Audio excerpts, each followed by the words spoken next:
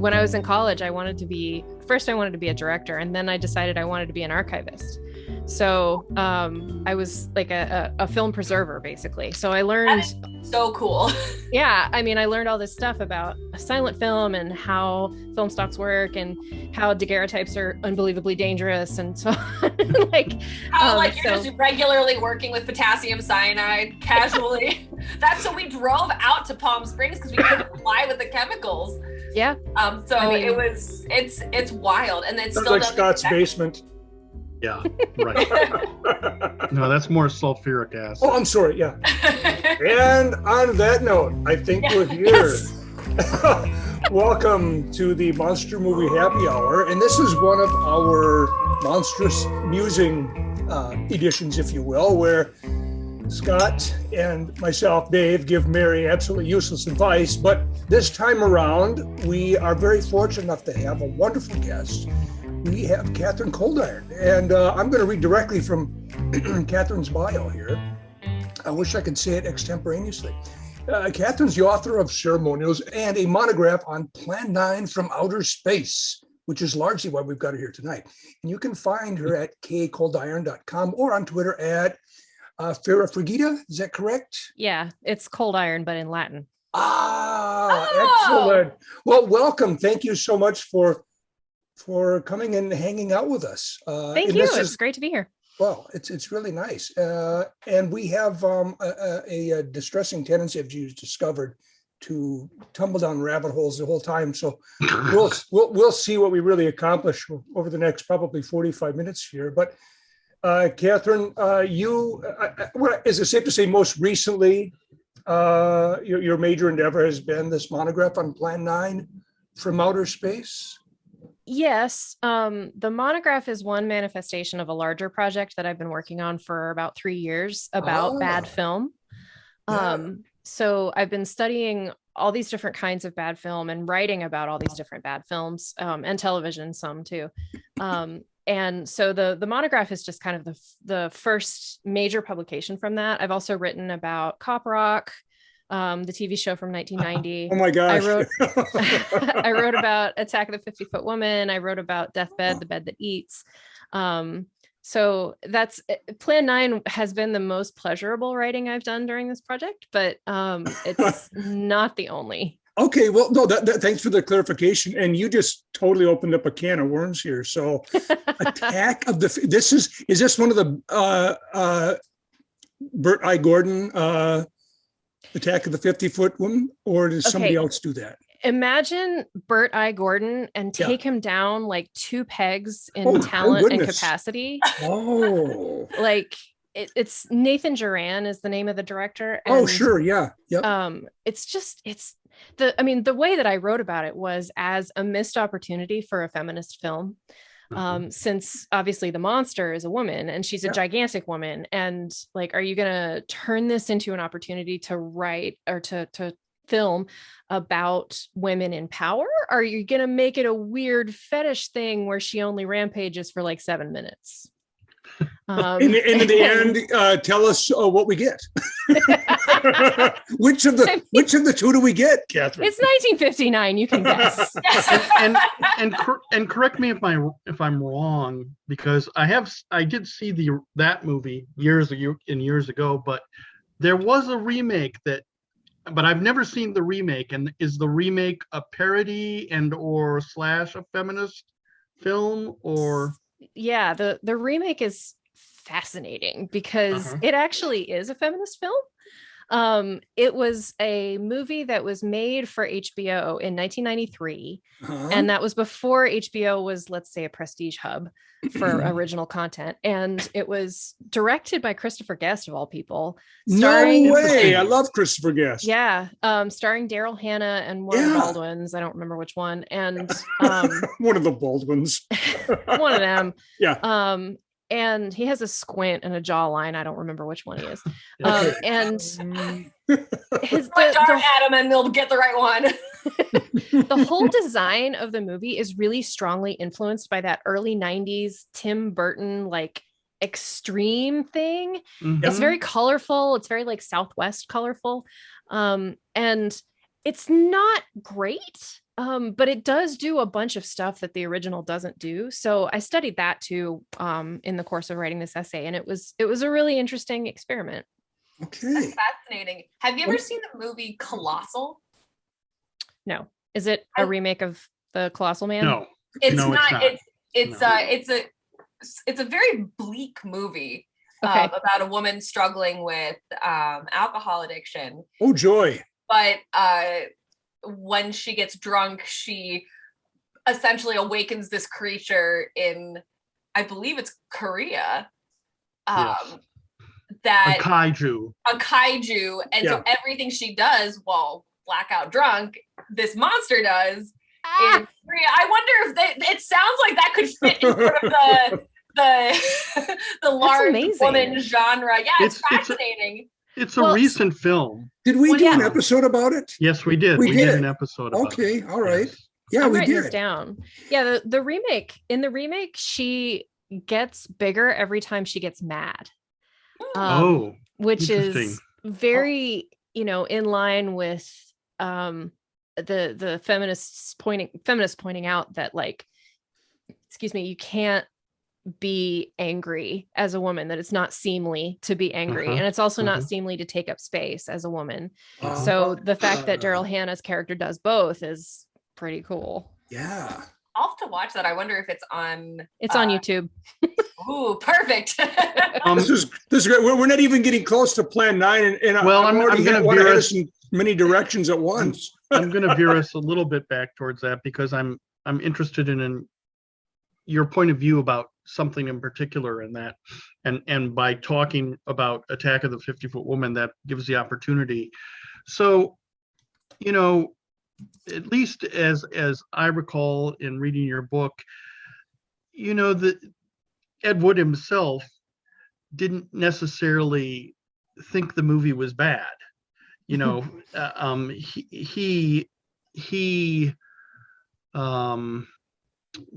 had almost a naive vision of his work, I would say, and there was no inkling that or at least there was, he didn't set out to make a bad product, or he didn't think of it that way. Would I be correct in that assessment?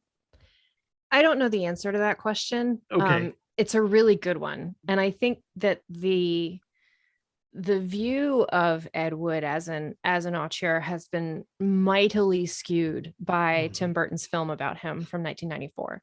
I think the film's premise is that Wood kind of didn't know the difference between good and bad, and that may be true. What may also be true is that he believed that no one would notice the flaws in the film, which is of course preposterous. How can you not notice? But but I guess I think I wrote in the book that I think he might have been so in love with cinema and the power of cinema that he thought that it could transform what he did into gold, and that viewers would be transfixed by it in the same way that he was transfixed by cinema in general. That's such a fascinating perspective, and I think it harkens back to what you said a little bit earlier about bad film, about what the power of bad film really is. Do you feel like Ed Wood is someone who didn't necessarily recognize good film or bad film? He just felt that it was all art? Also a question I don't know the answer to. I'm betting that he liked everything. Like, I'm betting that there was sort of that he didn't really care about assigning good and bad values to film. However, he was very often drunk. So it's entirely possible that he wouldn't have been able to know the difference between good and bad film just because he was sloshed all the time. I'm not saying anything that's not in his biography. Relatable. Right, There's a reason why our podcast is the way it is. Yeah, that's true.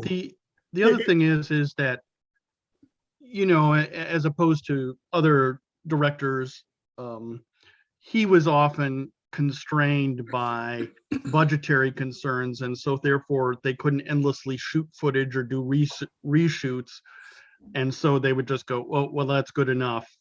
All sorts of obvious errors as opposed to other people, you know, that you could name of the same era were producing films.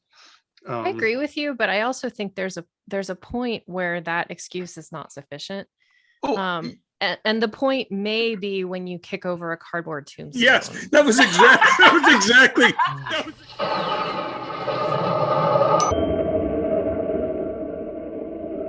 That was exactly what I was going to say. Oh, well. Oh my God. You know, and it happens like, you know, a couple times where you see the wobbly. Yeah, I mean, he shot it in a week. So, you know, there's not a lot you can do with bad takes in a week. But like, I really think that it's possible to do better than this if you shoot for a week with $4. Like, I think that's possible. You know, I guess I was somewhat dancing around, you know, obviously trying to be generous. But oh yeah, I mean, we could, all of us, especially yourself, could go through a litany, as you do, of things that are like, really? I mean, one of the things I'm really curious about is, and I may have missed it in the book, is how many of these people in the cast were actually actors at all. You know, I think you made a reference to the fact that a number of the people aren't really actors or never were, and they were just people that he managed to get. And I, you know, I have my guesses in watching the film, like, well, this person obviously never did any acting at all, or if they did, they didn't do very well. The poor woman in the cemetery is at the funeral of the old man, unknown to his mourners. His dead wife was watching. First his wife, then he. Tragic. Tell me something. Why was his wife buried in the ground and he sealed in a crypt? Something to do with family tradition, a superstition of some sort. Oh. Well, it's getting dark. Let's be on our way.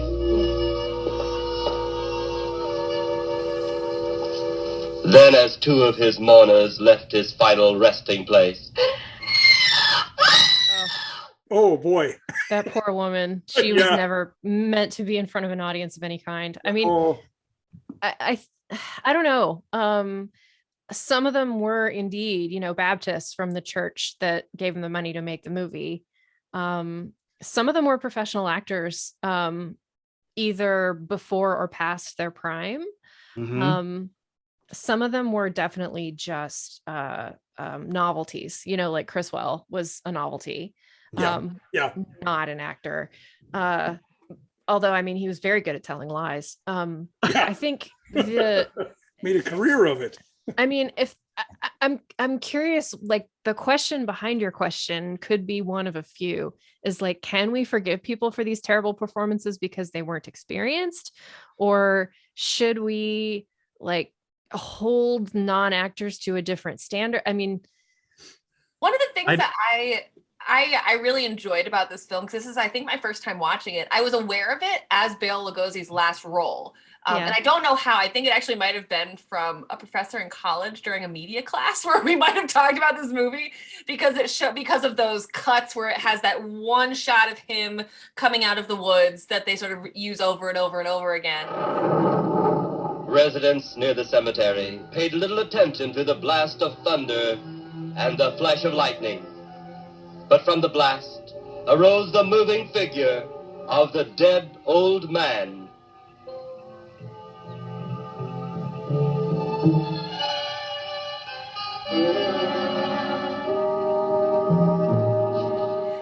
And then, of course, the ubiquitous cape in front of the face and the drawn-on eyebrows, which, I don't know. It worked for me. I mean, it passes. It's not awful. Like it has a unique, dare I say, charm of its own. Like, once you just sort of accept the whole thing. This entire film to me is like the definition of camp. Huh. Where it's so sincerely itself and it's so over the top, and it actually features a bunch of actors. I went down like the rabbit hole with all of this, like seeing what all, you know, who all of these actors were. And one of them I was fascinated by, John Bunny Breckenridge. Bunny Breckenridge is such a good story. Fascinating. The one who played the ruler, who was also a drag queen. Plan 9. Ah, yes. Plan 9 deals with the resurrection of the dead. Long-distance electrode shot into the pineal pituitary glands of recent dead. Oh, really? And he was the story. There's a story about him, and I mean, in Ed Wood, it's Bill Murray who plays him. And of course, yes, of course. He's great. That's casting. I mean, he's amazing as Bunny, and he tells this horrific story about trying to go to Mexico for a sex change, and his as they called it then, and his boyfriend went, and his boyfriend was killed in this horrible car accident, and he ended up not getting the surgery, and it was just this disaster. And like, it's actually true. He did try that. His boyfriend did get killed in a car. Like, he was such an interesting figure, and he had all this money. Like, why didn't Wood ask him for some damn money? Like, I mean, he's one of those stories that, you know, I think queer historians are starting to uncover that these kinds of folks really did exist in the 20th century. But he deserves rediscovery. His performance is so much fun to watch in this movie. There are a few moments when this to me is a perfect example of how this movie can be very entertaining in its own way. His performance. I curiously enough I had sort of a strange connection to the pilot. I don't know why. I don't understand it. And of course, anytime there was a shot of Tor Johnson, I thought, okay, you know, that's worth the price of admission right there. Tor speaks. Yeah, exactly. Yeah. Tor speaks. Oh, that accent. Oh my goodness, that was. Yeah. That was so. Let me put it this way. I guess for a lot of us, it's hard to really view this movie in any way except as what we've been always led to sort of view it as, which is this shockingly bad movie from the time. So I was surprised when there were actually a couple of shots that, as you put on your book, there are moments when things are well lit. Scenes do have a start, maybe not a middle, but an end, you know, and so, but those scenes tend to stand out. They're few and far between. Something that I learned when I got a little deeper into Ed Wood fandom is that a lot of people consider this a good movie. And I want to be clear that although I think Plan 9 is a bad movie, I don't think it's a good idea to stoop to making fun of it. Sure. Like, I think that the value that's in it is either as an object of study for people who want to make good movies, or as an object of camp, like you said, Mary, or as a kind of relic from the 50s at a time when genre movies were never expected to be good. Or it just like it has a ton of value, but the value in mocking it is nil. So that's never what I intend to do. The same way that, like, I would not make fun of Tor Johnson for his accent. However, I would not give him a speaking part in that movie. Well, exactly. Well, and I like how you worded it earlier, Kat, that this was, I mean, I want to ask you more about why this movie was so enjoyable to write about. Because it was really enjoyable to watch. And I feel like the legacy of campy or B movies or bad movies or whatever is so strong in the horror genre, the horror and sci-fi genre, that even bad movies people still watch and enjoy and really like go to bat for in a big way. Absolutely. Yeah. There's sort of the underdog thing that a lot of us can't help to get drawn into. I mean, as we typically say in our podcast at the end of every episode, we'll say, here's a toast to all the artists who bring us the movies. You know, we appreciate all your hard work. And no doubt some people were working hard on this movie. You know, it doesn't necessarily translate well, but it doesn't mean that people weren't really trying to do their best. Right? No, to me, I watched it this afternoon and I had a really good time watching it. I don't think it's as bad as I don't know. It's not a great movie, but I really I liked watching it. I had a fun time. And there was one shot in particular where the inspector, who's right behind Dave right now, Or Johnson. Yes. Yeah, he was wonderful. There's a shot of him like coming out of the grave. Yeah. That's perfectly lit, Yes. so effective, and his makeup was fabulous. Like it worked.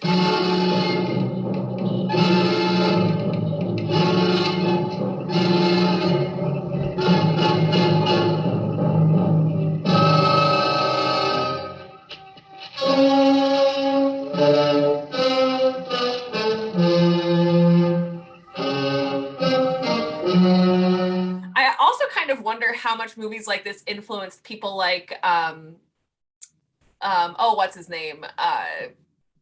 From Twin Peaks, David Lynch. Oh yeah. I saw the long curtains in the shots on the spaceship. And I mean, I think it all goes in the blender, but Scott, I think you've been trying to say something. Yeah. Oh no, no. Other than you talked about not making fun, and that's why I have a sort of a love-hate relationship with these different venues that use movies as a venue for making jokes and more or less make fun of the movies throughout the show. I mean, I find them at both times entertaining, and yet to a certain degree I feel bad for some of them where they've taken what I would say were not bad movies or poorly made movies, and they've actually made them points of derision. So I get the entertainment value, but yeah, I'm with you in that, just to sit there and berate a movie is not, I don't agree with that either. You think it's possible to poke fun at something, but still have an affection for it? Absolutely. To poke fun at something in a loving way, the same way we would, joke with a friend.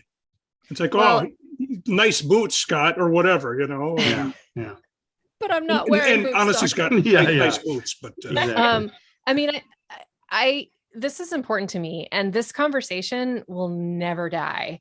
Yeah. The question of whether venues like Mystery Science Theater 3000 and Red Letter Media are doing a disservice to the movies or not. And it hugely depends on the person doing the job, is what I have found. Riff Tracks, which is an offshoot of Mystery Science. I didn't know if you guys knew. Sorry. Yeah, absolutely. I mean, they're Minnesotans. We have to. It's part of our DNA. We have to know these people. Contractually obligated. Yeah, exactly. Yeah, contractually obligated. Right. Yeah. So Riff Tracks has done Casablanca. They did The Wizard of Oz. Yeah. They did joke tracks for these movies that you can play alongside them. And I'm not a huge fan of Casablanca, so I loved the joke track because I thought that it did not mock the movie at any point, but it did sort of point out places where the movie kind of shows its seams. And it also very lovingly points out things about them, like the way that Bogart is a tiny bit over the top when he gets drunk and stuff like that. It's not, it's never with disrespect. And that's something I wrote about in the book too, is this sense of like good riffing opens up a text, whereas bad riffing closes it down by mocking it.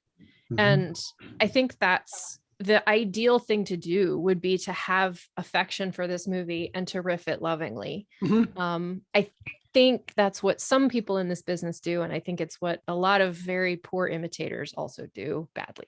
Yeah. Well put. Kat, I want to ask you more about why was Plan 9 from Outer Space so enjoyable to write about? What was your favorite part writing about it? Well, so my pattern as a writer is to think for like 2 years and then write for like 6 weeks.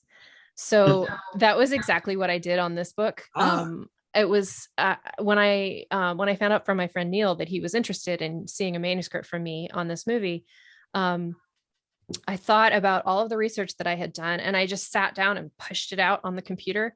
And it was so much fun because these are all ideas that I've had about bad film and about Plan 9 in particular as an example of bad film. And I've been having these ideas and thinking about this for so long that just to get it on the page was a huge pleasure.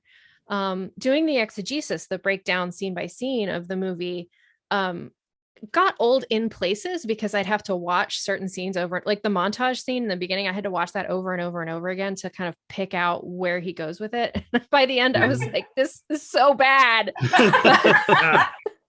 but the rest of it was just like, the more I watched it, the more I loved it, the more I had sincere affection for this monument of a triumph of a will over talent. And that should be on I want that on my tombstone. It's not my phrase, but it's what someone said about Plan 9 and Ed Wood at the beginning of a documentary about it. That was just, this film is a triumph of will over talent. And I couldn't say it better. Yeah, absolutely. That's fabulous. So can we talk for a second about Vampira? Yes. Please do. Do you think that she was in there as, I mean, I feel like Bela Lugosi was a name, right? To generate hype. Do you feel like she was too? Yes. She was very famous for a really short period of time. Mm-hmm. And then she fell out of favor with her TV station, and she took this part at that time. So it was like the public wanted to see her, but she didn't have a good reputation at the time. So she was taking what work she could get. Mm-hmm. And the prevailing theory is that she knew exactly what kind of movie she was in, which is why she wanted it to be a non-speaking part. But I haven't read her book, so I don't know that. Yeah. That's so interesting, because I feel like Vampire is one of the seminal horror hosts for women. And I mean, talking about feminism and horror, she's there. She's sort of leading the charge. Interestingly, in a movie that doesn't necessarily support feminist theory generally. I think one of my favorite spots, it was such an interesting conversation because, again, coming at a time in the 50s where there was a lot of talk about the ethics surrounding nuclear weapons. Mm-hmm. I thought the conversation between the humans and the aliens was fascinating. Like the fact that was happening in the 50s, I think, was quite boundary pushing in a lot of ways. But then there's one part where the female alien sort of expresses a passionate thought, which was wonderful, and then gets sort of smacked to the back by Eros. Eros, who says women are only for advancing the race, is what he says. And like, I'm confused as to how she could be an astronaut at all, if that's the case. What is she doing on that? Their motivations went from this very, what I interpreted as like a very pacifist bent to like pretty authoritarian really fast. Yeah. Well, so I would love to hear your thoughts on this after you read my book. Because something that I theorized was that Wood didn't think very carefully when he put the screenplay together, or at least he didn't like do a second draft, because he kind of took the trope of aliens being dangerous and wanting to take over the earth and added it to the fascism of the day the earth stood still. And kind of, we want peace at any cost of Klaatu, and we don't actually want to destroy you. We just want you to take your place in the galactic community, and that means that you have to be peaceful. And then was like, but aliens have to attack. Like, that's the point of an alien movie. And so these two ideas just clash, and you can see it in that last scene that you're talking about, how like his two perspectives on how to write a movie in which aliens come to Earth are like wrestling with each other in this one scene, because he didn't do a second goddamn draft. It makes for some really interesting tension, though, that I found really fascinating as a historian who knows who's done work on that era. Just again, any sort of conversation that comes up about nuclear ethics, I find exceptionally fascinating, especially since I feel like we're having the same conversations today. Oh, for sure. And it's been we will have it for a long time to come. Well, yeah, it's been a huge deal in the history community where people still aren't, or people are still incredibly divided on how to interpret the dropping of the atomic bomb on Hiroshima and Nagasaki. There's still a lot of tension in the historical community. So it's fascinating to see the tension in those sorts of conversations happening from like a schlocky first draft of a movie that to me it really represents a lot of the tension that we're still seeing today around those sorts of conversations. Complete side note, have you seen Kiss Me Deadly, Mary? No, I have not. Oh yeah, you should see that. Okay, you guys film. Don't give it away. You two. No. We'll have to add it to the list of movies that we can watch together. It's not a monster movie. No, it's not a monster movie at all. Yeah, but see that. It's completely unique. There's no other movie like it. List. Yeah. I just wrote about it for an open call about moments.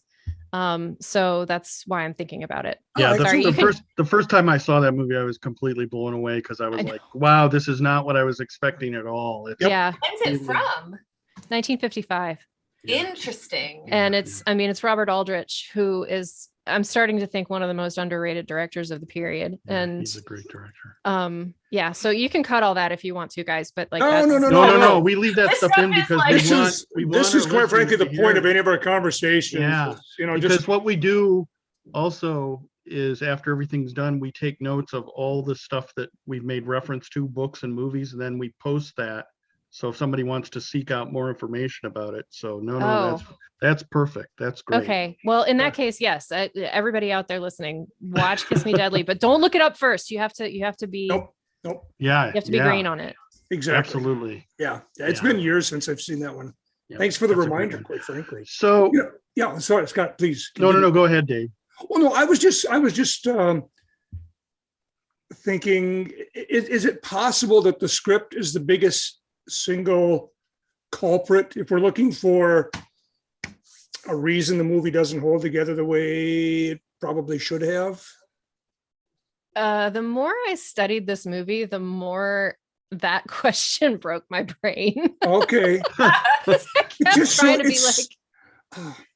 kept trying to be like, okay, this is the biggest problem. No, this is the biggest problem. No, I think it's just like it's because the thing is, Wood is an auteur. Like, he is in the oldest, most old-fashioned definition of the term. He's the producer, the writer, the director. He does everything that has to do with the movie.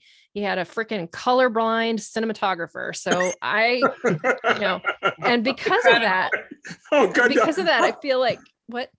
Sorry. I'm sorry. I guess I hadn't realized that. I missed that part. How did I not pick up on that? Well, he's a very experienced cinematographer, but he was colorblind. Okay, all right. Interesting. So because of that, I feel like the blame can't necessarily go to any individual element so much as it can of like Wood's fingers being all in the project from everywhere, from every direction. Sure. There's maybe one or two good performances in the movie. The rest of the actors needed more support, in my opinion. But like, it's just everywhere. Everything is bad. Everything. Yeah. The one thing that like really tugged at my heartstrings, speaking of performances in the movie, that I was texting Dave and Scott about this afternoon as I was watching it, Bela Lugosi as sort of the grief-stricken husband left behind by his wife Vampira, which is a match made in heaven. And I know they've done it. I mean, really, or a match made in somewhere. I don't know where. It's made somewhere. I mean, I know they had done work together before in a variety of capacities. But he, to me, even sort of he was in the decline of his career, really the end point. It's his last film. He was dealing with addiction and still delivers in these very sparse little moments, delivers this quite heartbreaking performance. Like, it was a believable performance. And to me, like, for being such a bad movie, like, it showed Bela Lugosi's acting chops in a big way. Yeah, I agree with that. It's a shame. For many reasons, it's a shame he didn't survive, at least to the end of the movie, but he certainly couldn't have salvaged it. Nope.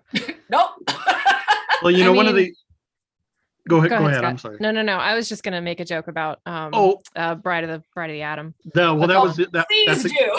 Ironically, that's what I was going to bring up, because we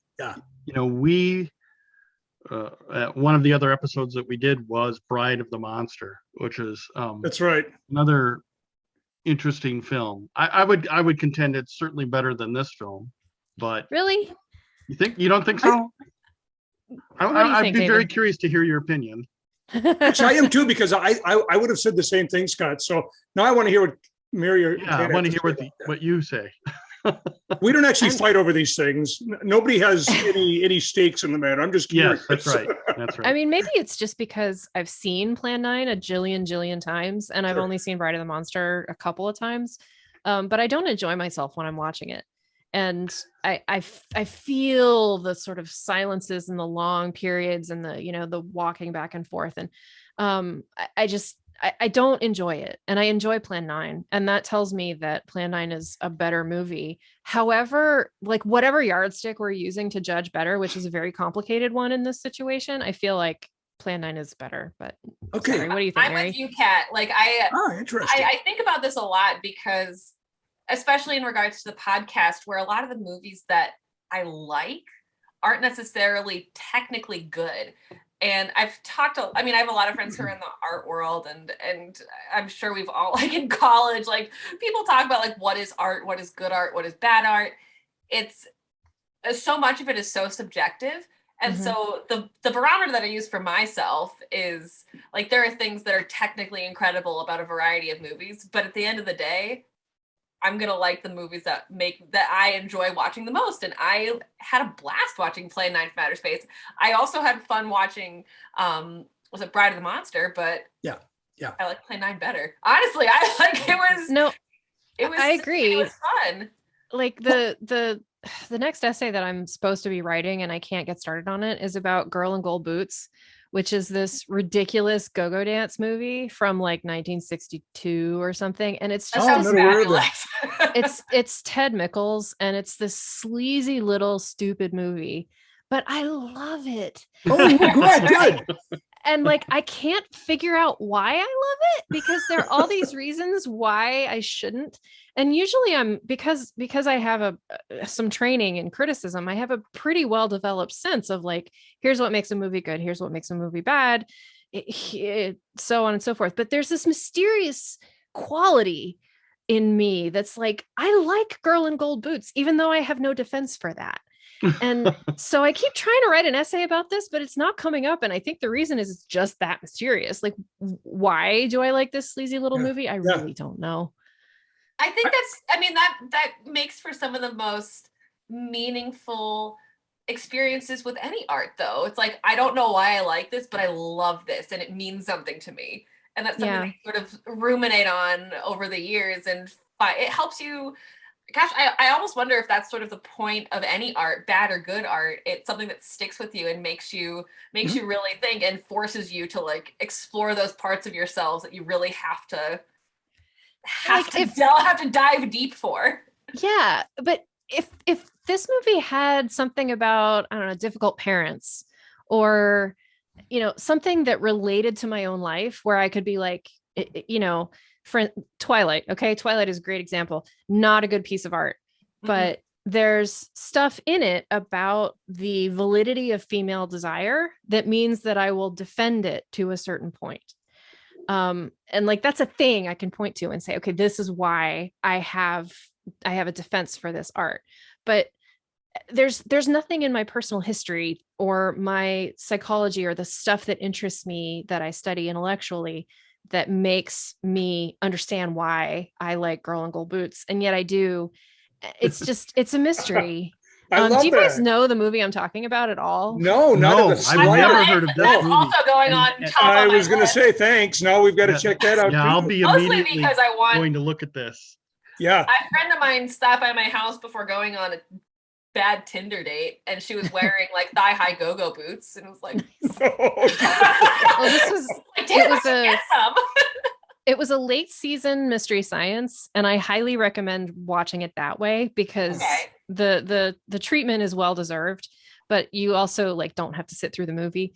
So recommended. So you're saying we should go with the Mystery Science version of it. I mean, if you're the kind of person, my husband is he can't watch a movie for the first time if it's got a riff tracks on it, because he can't pay attention to both at the same time. Right. And like he's an intelligent man, but like that's just a thing that he can't process. And Sure. I'm not like that, but if you guys are, then by all means watch Girl in Gold Boots by itself, which I think it's on Tubi or something like that. Less Tubi. Mm-hmm. Safe bet. We've got so much good stuff on it. Oh yeah, but the safe bet at least 2/3 of the Monster Movie crew will be watching that movie in the near future. Not all of us. There are so many directions we could go. How's everybody doing for time? Are we doing? Oh yeah, I'm fine. I have as much time as y'all want. I mean, you said 45 minutes, but I could talk for 2 hours. So. We won't force you to do that. Well, we won't keep you that much longer. No, we promise. Well, let's step back in time to your childhood. Well, in all seriousness, Our Go-Go Boots is a 4-year-old. Exactly. We're going to get to the bottom of this. Do you have fond memories of a particular movie, maybe something you saw in a theater, a drive-in theater, just anything? I'm always curious to hear what somebody recalls, whether it's even true or not, because our own memories are pretty unreliable. Defective. Yeah, defective. But early childhood movie influences and loves. Anything that you could point towards. Well, this is why probably something that points me towards the genre. At this point in my life. Well, I'm an omnivore. I love horror movies. I love Merchant Ivory movies. I love everything in between. Good. That's a great way to be. I can tell you this is a true story, although it doesn't necessarily reflect well on me. When I was a little girl, my very favorite thing to do was to watch Gone with the Wind and put on my mom's old prom dresses and sit on my parents' bedroom floor and just watch with this great big dress kind of belled out around me. Mm-hmm. Obviously, since becoming an adult, I have re-examined my attachment to Gone with the Wind.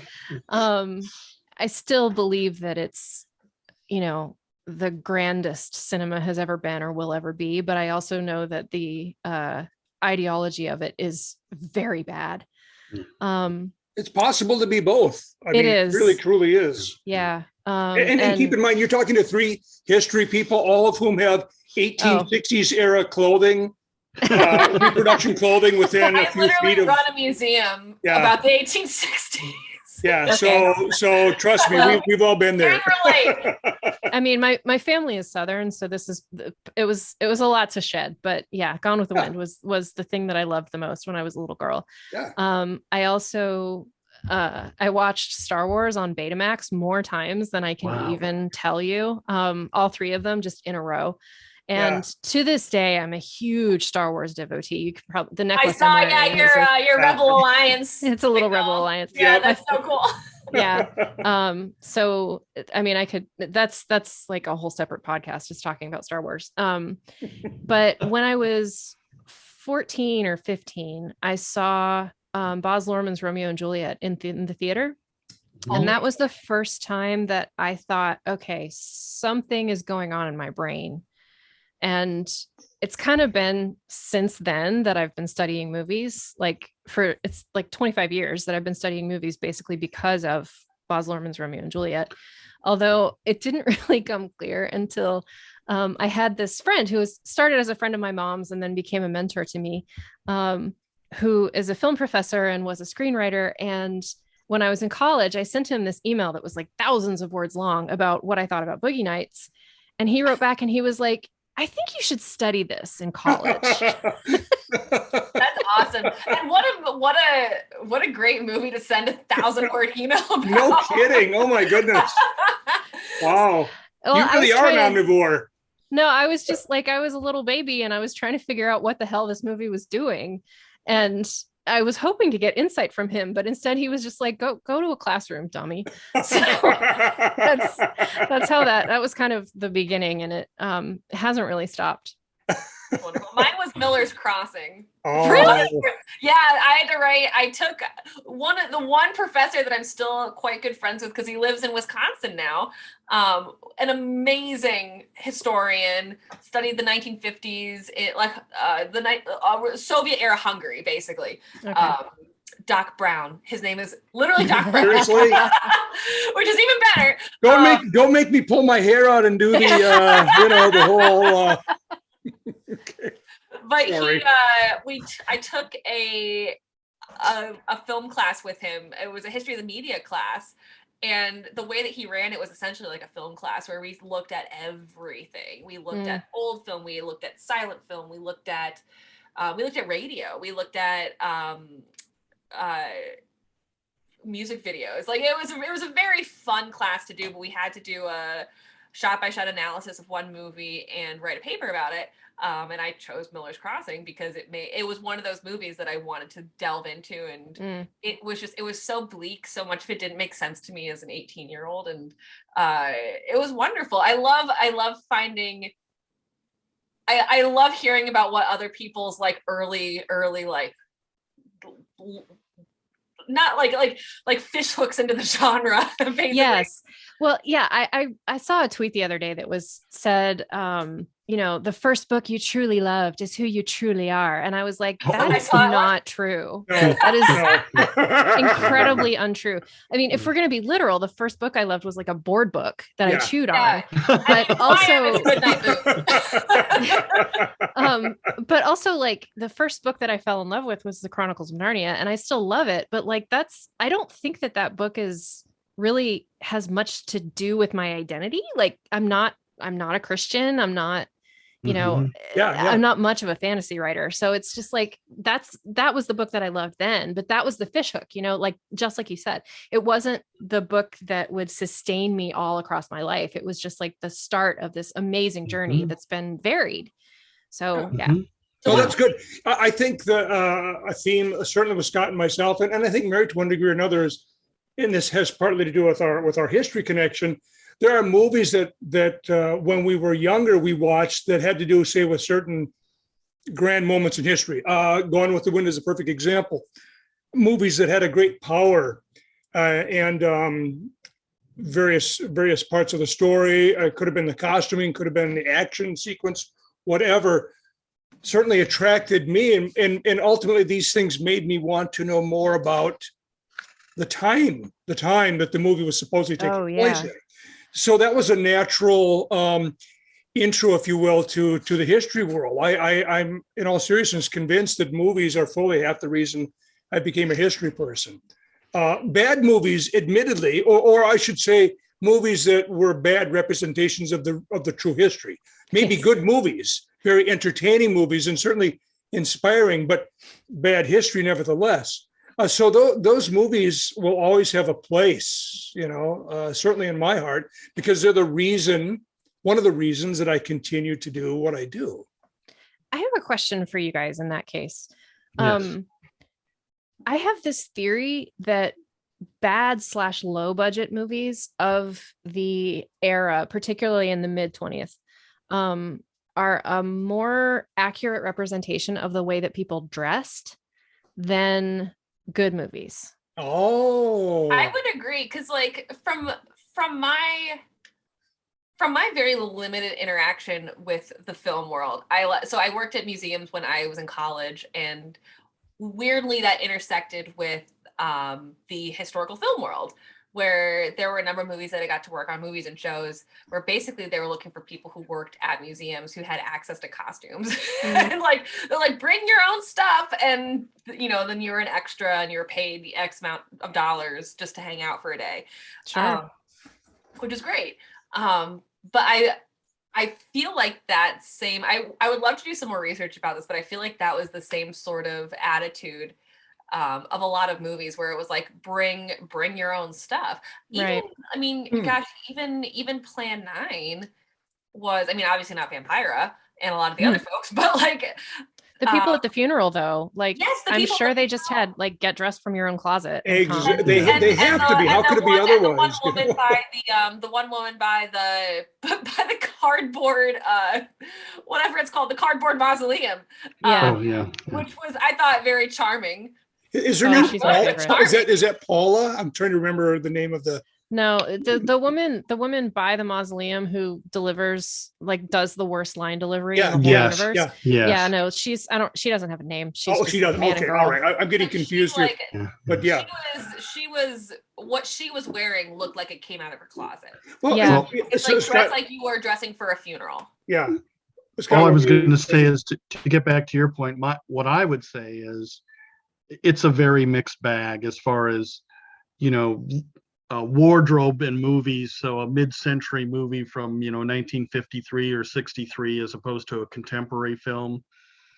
It's my opinion, my experience is that it's really mixed. I mean, one of the things that I've early in my life, it would have driven me crazy if I watched a movie depicting early 19th century English uniforms, and I would have gone, well, that's not right. They wouldn't have worn that then, that kind of stuff. Fusiliers didn't have the right. The button placement is wrong. It should be pairs, not single spaced or whatever. My father does this with every military anything. Yeah. And see, unfortunately, we've been down that path too. Well, Scott's point is well taken. You still had another thought, sir? Yeah. So I've reached the point in my life now where it's like I realize, or what I tell everybody is like, it doesn't matter how much a mass audience or the critics or whoever says, well, this is a great movie depicting this era. It captures it perfectly. It's like, that may be, but it's not an educational movie. It's not, I don't care how good it is. So now I watch movies all the time where I realize it's a story. It's a story. It's not a documentary. You're not supposed to look at it and think this is exactly the way it was and everything is perfect. So, one of the movies that Dave and I sometimes discuss because we both like the movie, but has all kinds of problems with it, especially with equipment and things like that, is if you're going to pick a historical movie, is the Red Badge of Courage with Audie Murphy in it. The John Huston directed. Yeah. That movie, I think it's a great film in its own way. I really like it. I mean, John Huston, you're fine. I know. And I'd love to have seen his idea of what it was supposed to be as opposed to what the studio did to it. But that's another story entirely. But the movie has all kinds of issues as far as the weapons that they're carrying and the equipment. But again, that's not what it's about. It's about a story. It's not about, oh, well, they got that wrong and that wrong, So sure. It's really easy if you have a certain expertise to pick apart a movie, and that's not what it's about. That you would talk to the director, and the director would went, well, I don't care, or probably. But so some of the things though that I think we really tend to glom onto when we talk about movies, or at least that I tend to look for, especially in the era that we're talking about, is like World War II. What's the term? When there's too much surplus, World War II surplus. Oh, sure. Like the Thing from Another World, where they're using a lot of World War II surplus and a lot of World War II surplus airplanes that are very fun to see and used in context, essentially. And then especially in movies like Gone with the Wind, where there's that one scene where it's after the battle in Atlanta and they sort of pull out and there's all of these wounded and dying soldiers laying at the train station. Tracks. Most of those actors, extras, whatever you want to call them, were costumed using old Civil War uniforms, which is wild because again, in the 30s, it wasn't that long ago. People were putting it in museums. Yeah. It's using that stuff. It's like, oh yeah, great grandpa has that in his attic, or my grandfather has this just sitting here. Yeah, sure, use it. It's the kind of vintage stuff that we're finding at thrift stores nowadays, and I think that's what's interesting to me. Is seeing things in context, things from the 40s, 50s depicted contemporaneously, and then when people were trying to portray a different time? What sort of things were they using? I'll tell you what interests me about it is less the feeling that this has to be correct and more the feeling that I'm watching a series of time capsules that I can't get any other way. I'm thinking about, like, there's a couple of things that I'm thinking about. I wrote this very long essay about a series of 8 movies starring the teenagers, which were full-grown adults, for Monogram. Yeah. And they came out in the 40s. They were made, in a week. And the 8 of them came out within 3 years. Like it was ridiculous the way that it was a factory. But I felt like there was a lot of stuff in that movie that I never would have known any other way. Like the way that they dressed seemed so plain. And that meant to me that it was probably accurate. There was this whole concept of the teen canteen, which I had never heard of, but which was a thing post World War II, because they had the canteens for the soldiers. And then they had the teen hangout spots were called the canteens. And you would go and you would dance and have a soda and whatever. So this, there's a lot going on in those movies that I wrote about, but the idea of them as reasonably accurate depictions of their time, where what Joan Crawford is wearing in 1946 is not at all an accurate depiction of what women wore at the time. Yep. Like, that's what interests me. And I'll give you another example. I'm studying the films of 1977, and a lot of the low budget movies in that year have a bunch of patriotic stuff in them, like clothes and it's because the bicentennial was the year before. That's so right. A bunch of that merchandise is still hanging around, and they great. have it in their closets and crap. And it's just sort of, when you see people wearing hot pants with the American flag on them, you're like, what the heck? And it's because of the bicentennial.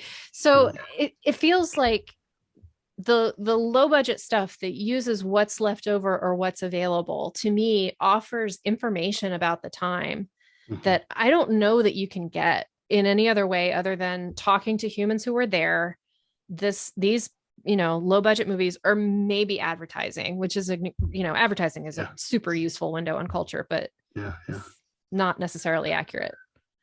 That's good. It's always been my feeling that the farther you get within a movie, the farther you get away from the leading characters who have had costumes, in some cases designed by Edith Head or whoever, that are inspired by the time period, the closer you get to the working class women and men in the movies, you're probably getting actually a closer glimpse of what somebody might have looked like at a given time. And now, of course, if you're talking about a historical picture, that's different, because then you've got to go to the costume warehouses and you look for oldie-timey stuff that could have 100-year time span. But but look at the guy who's pumping the gas, or somebody who's the person at the filling station or behind the counter. I've often felt that that's probably about right. It makes me think a lot about the teen movies that I grew up with in the early 2000s, where how much of that felt, or at least now, I guess after the fact, feels accurate or not. Because I have a 16-year-old sister, and I've shown her a couple movies where I was like, this is sort of like how we used to dress. There's a point.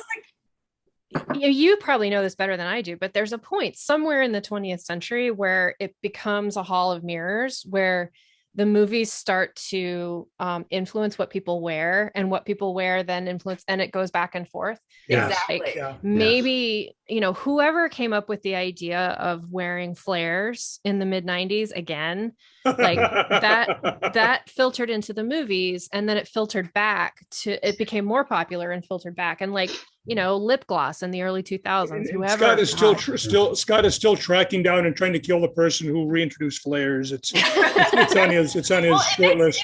It makes me think a lot about my sister watches the show Euphoria. And I've watched a couple episodes. I find it very difficult to watch. But I'm sitting there being like, is that what she wants to dress like? Is this what her generation wants? And it's fascinating to talk to her about it, because I think it's exactly that Hall of Mirrors approach, where it's a little this, little that, where she says, oh, this person dresses like this is the kind of fashion that I see, but we all want to look like so-and-so. Right. Yeah. I want to wear Eileen Fisher, but I wouldn't know that I wanted to wear Eileen Fisher unless I'd seen cool elderly art teachers wearing Eileen Fisher. Like I know that I want to wear loose flowy clothes, but the specifics of that art teacher, you know.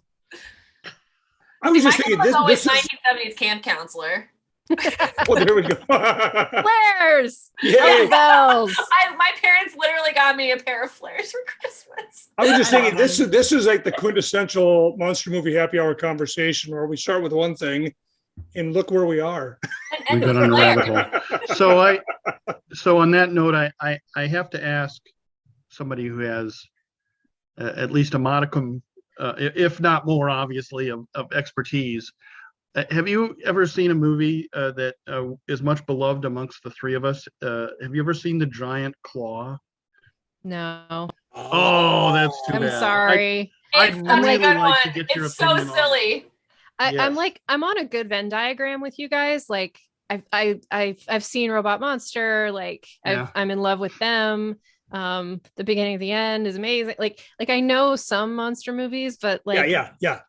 I'm shifting my focus a little later in the century for the next book. Well, so I think there's a lot of good schlocky monster movies. And I think Scott's point is that it would be interesting to compare The Giant Claw with Ed Wood's endeavor, because I think we'd agree that The Giant Claw is a better made movie if you take the giant marionette buzzard out of the equation.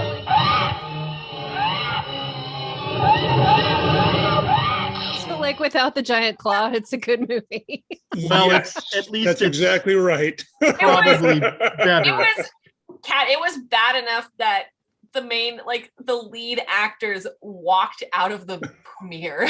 Oh no. Which is too bad, because everything else they do is exactly what you'd expect from a movie of the time. I mean, it's like cookie cutter. Ching, ching, ching, ching. The story, the story that one can read in various books is that they had no idea what the finished product was going to look, so they had to pantomime. If they saw the monster, and then when they saw the finished movie at the theater, they were like, "This is terrible." And I'm pretty sure there had to be a tavern or a bar just across the street from the theater, and I'm sure you could have found half the cast over there afterwards. Speaking of which, Kat, would you mind just telling us a little bit about the cocktails?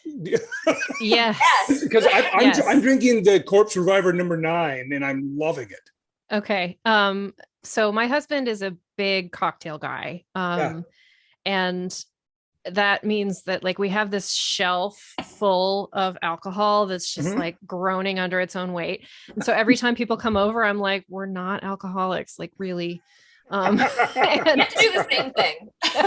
Yeah. You're preaching to the choir here, trust me. Yeah. So he found the Corpse Reviver, years ago, and really loved that. And so when I told him, I need a cocktail that is Ed Wood themed, he Googled Ed Wood and found that his favorite cocktail was a vodka gimlet, which I'm pretty sure is just like putting vodka in a glass in Ed Wood's terms, or possibly drinking it out of a paper bag. But like, anyway, the vodka gimlet is like, that's his favorite cocktail. And Matt was like, well, I can't do much with that, so let me look around for more monster-y cocktails. Yeah. And so he looked for zombie cocktails and this and that, and he settled on the Corpse Reviver number 9 from Outer Space, which he modified to have the ingredients of a vodka gimlet in it instead of, I think it's gin in the original cocktail. I believe so.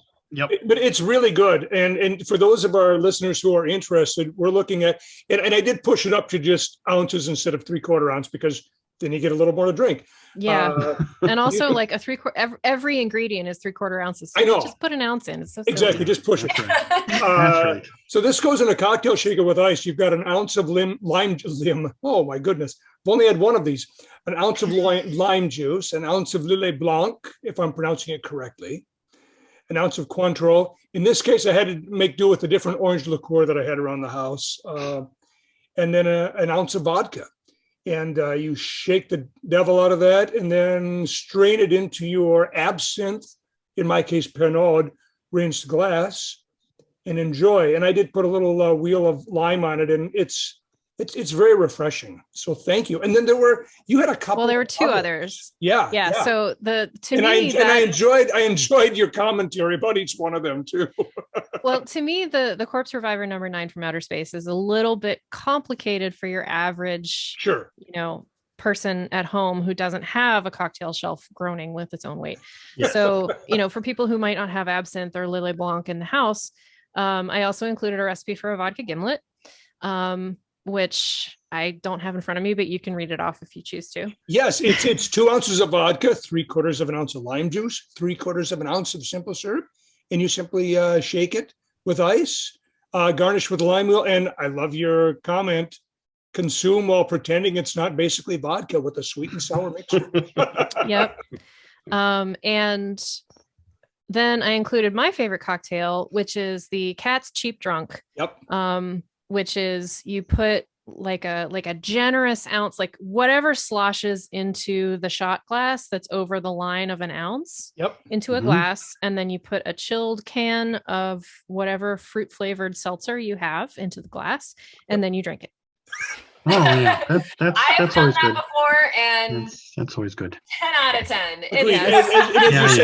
You write sip for softening effect while watching bad movies. Yep. So really bravo.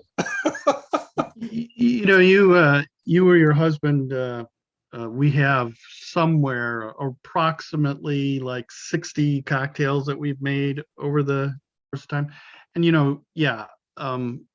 for example, the last cocktail we made, the most recent one, has as an ingredient that you don't have to add, but has dry ice in it. So, if you're going to make this cocktail, you have to prepare ahead of time. I mean, Matt would do that. Do it for a party. Yes. Yeah, I mean, I think we could do some focus testing on your recipes if you have any. Some of the and let us know which ones hit. Yeah, some of the cocktails amongst that are much better than others, and some are not much very good. But we post them all. And, I think we'd agree the good ones are Scott and Mary's, and the not so good ones and the overly sweet ones are mine. Overly sweet is how I like it. To be honest, well, there we go. Dave likes does really good sweet cocktails. Scott does the showstopper cocktails, the ones that have you do, and then special effects. I do the ones that are more classic cocktail inspired, which just means they're very boozy. Yeah, we've got a few episodes that would most certainly attest to that. Yep. This has been so enjoyable, and I wish we could keep talking forever and ever and ever, but our 6 or 7 listeners are probably, needing to get out of their car and go to work now, or take a bathroom break or something. But this has been absolutely delightful. If people, and I hope they do, if people would like to have their own copy of your Plan 9 from Outer Space monograph, what's the best way for them to get that? Well, if they would like a signed copy, they can PayPal me $30 and I will mail them one. It works. That's how I got mine, and I'm so glad I did. If they would like to support Jeff Bezos, they can order it on Amazon. And that will come very quickly from a distribution center in the United States. However, the publisher is in the UK. And if you want the most profit to go back to me, aside from PayPaling me $30, you can order it directly from pspublishing.co.uk. If you search my name, my name's pretty distinctive, you can find it in there. There's the hardback is a little bit pricey, and there is an ebook version of this book that you can get from PS for I think $3 or $6, something like that. And I don't know if you'll be able to find it when you search the website, but it is on my website. There's a link to it, so that's easy to find. Awesome. And Kat, where can we find you on social media? The best place is on Twitter. I'm on there a lot. I post publicly sometimes on Facebook, but not very often. Again, my name is distinctive enough that if you Google me, you'll find me. I did want to plug one thing coming up. Please do plug away. I'm working with the team at the Los Angeles-based community called Secret Movie Club to launch a new film quarterly. The first issue of that will be out at the end of next month, and I contributed an essay about Switchblade Sisters. Fantastic. Very cool. it's gonna be really great, and I'm really looking forward to people seeing our work on that. Nice. Yeah, I'm looking forward to that. Yeah, That's absolutely. really Having just heard about it. Yeah. I feel like we should have Katharine back on again at some point in the future if you've got something new that you'd like to share with us, or we just want to talk more about how many buttons are on a uniform, Yes. Something she wants to Always here talk for about. that. Yeah, right. Or another I feel like that at least the next time we talk, I wanna dive into like feminist horror movies with you, because I feel like that would be a really fun conversation. Well, I mean, lately I've been studying rape revenge, which is not fun. Ooh, Oh. ouch. Oh man. It's not fun, but it's a fascinating conversation to have in terms of feminism and film and horror. So Yeah, that was an early. I think I was 15 when I saw Last House on the Left. Oh no! Oh, Mary. I know. Yeah. Oh, please tell us your dad didn't show it to you. This is a continuing trend. No. Yeah. It was. I had a teacher mention it. My algebra teacher was like, the scariest movie ever is Last House on the Left, and me, I was like, I'm gonna watch it. Not okay. Yeah. No, Not it's okay. This is a continuing trend with Mary. These Yeah, it is. stories. It is. It's This is. I saw this is not the Jurassic first Park when I time. was 3. You know, it's like, When the first horror movie I ever saw was Poltergeist, and it was a sadistic babysitter when I was 8. I was like, you should watch Poltergeist with me. I'm like, no, I saw when I was little. that's don't terrible. do that. Oh, That's that's beautiful. Imagine Oh man, I wish how we could continue in this psyches are vein. traumatized because of this. I know. That would yes, be a really please. fun conversation, actually, like movies that traumatized me. Yes. But yes, please have me back. I love talking to you guys. Oh well, it's Thank you very much. This was such a pleasure. really, Kat, it's been an absolute mutual. pleasure. If you wouldn't mind sticking around for just a moment, we have a few things we need to talk to you about off air, as they say. But if anybody has anything in their glass, go ahead and raise it. And as always, this is a perfect time to say, here's a toast to all the artists who bring us the movies.